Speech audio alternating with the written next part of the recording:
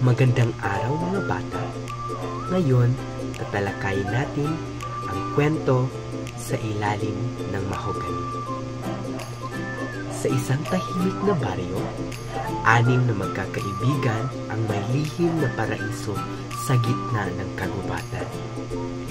Si Andrea, ang masayahing leader, ang laging nag-aayos ng mga plano.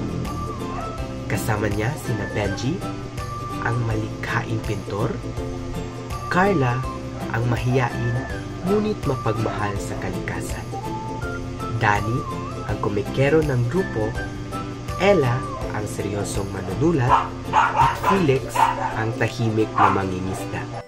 Isang araw, napagpasya nilang bumalik sa kanilang paboritong lugar, sa ilalim ng malaking puno ng mahogani. Matagal na silang hindi nakapunta rito dahil sa abala sa eskwela.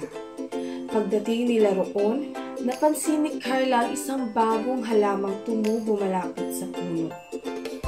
"Tignan niyo ito," sabi ni Carla habang tinitingnan ang kakaibang bulaklak na kulay asul. Agad itong ipininta ni Benji sa kanyang sketchpad. Habang nag-uusap, napansin ni Ella na tila malalim ang iniisip ni Felix. "Felix, anong iniisip mo?" tanong niya. "Naaalala ko lang ang mga kwento ng lolo ko tungkol sa puno ng mahogani na ito. Sabi niya, may mahiwagang pag-ibig na nabubuo rito," sagot ni Felix. Nagpatuloy sila sa kanilang gawain. Si Andrea ay nag-ayos ng picnic. Si Danny naman ay nagbiro ng nagbiro. Habang si Carla ay naglakad-lakad. Biglang umulan ng malakas, kaya't nagtakbuhan sila pabalik sa ilalim ng mahogani. Nagtawanan sila habang nagsisiksikan sa maliit na tent na dala ni Andrea. Gitna ng tawanan, napansin ni Ella na si Benji at Carla ay magkatabi at tila nagkwekwentuhan ng masinsinan. "Uy, baka kayo na ang susunod na magkwekwentong pag-ibig dito," pero ni Danny. Namulat si Carla habang si Benji ay simpleng ngiti lang ang sinagot. Lumipas ang ilang oras at nagdilim na ang paligid. Ang ulan ay huminto na rin.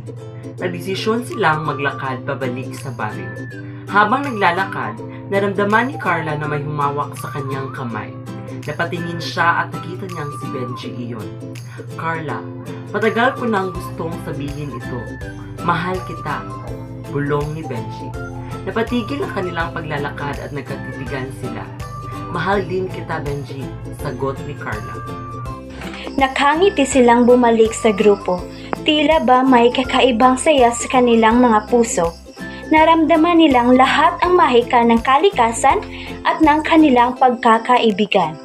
Habang bumabalik sila sa kanilang baryo, alam nilang hindi lamang sila 6 na magkakaibigan na nagbabahagi ng isang lihim na paraiso, kundi 6 na pusong nag-uumapaw sa pagmamahal at pagkakaintindihan sa ilalim ng mahiwagang puno ng mahogani.